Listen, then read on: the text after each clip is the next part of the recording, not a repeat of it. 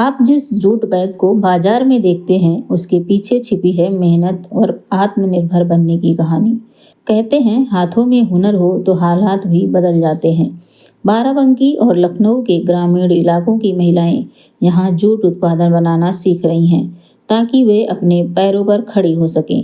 ये जूट पहल उन महिलाओं के लिए उम्मीद बन रही है जिनके सपने कभी चार दीवारों तक सीमित थे।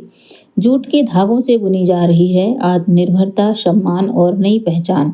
जूट फॉर लाइफ की ये कोशिश सिखा रही है कि सशक्त महिला ही सशक्त समाज की नींव है। एयर होस्टेस बनना चाहती थी, लेकिन इन्होंने नहीं बनने दिया। तब ऐसे कहती थी, पर अब ऐसे कहती हूँ कि थैंक यू नहीं बनने दिया। पापा का ये था कि जो करना है यहीं करो, कहीं बाहर नहीं जाना है। तो 8 साल जो है यहीं पर काम किया, 2001 से 2008-9 तक। तब फिर ये महिला मेरी ज़िंदगी में आई। इनको लाने वाले भी यही है, इनको मिली थी कहीं। तो ये शबनम परवीन है और मैंने और शबनम ने फिर ये डिसाइड किया कि हम लोग ये काम शुरू करेंगे। शुरू में हम दोनों अकेले ही थे।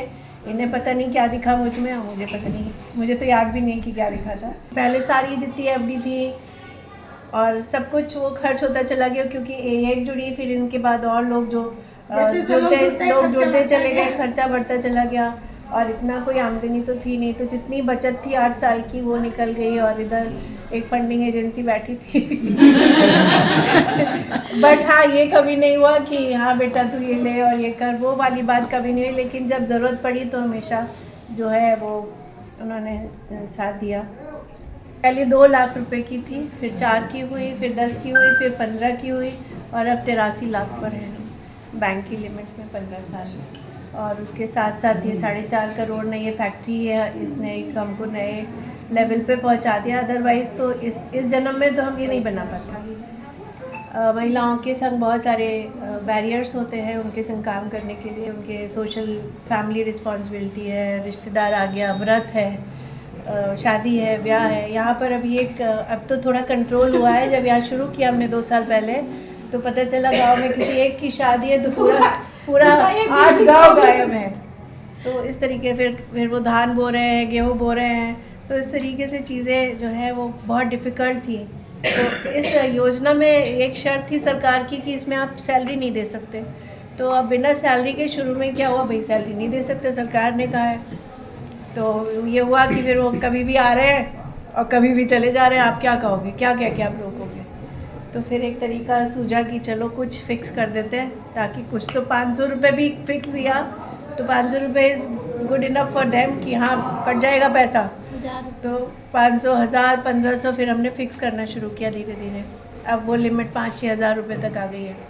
मतलब ऐसे फिक्स अमाउंट कर दिया plus incentive plus job work, तो जितना भी तुम कमा लो उस फिक्स अमाउंट से हमें और कुछ नहीं फ़ायदा हुआ, सिर्फ कंट्रोल करना फ़ायदा हुआ। 10 का 10:15 नहीं होना चाहिए, 5 का 4:45 नहीं जाओगे, आप बाहर 5 ही बजे जाओगे।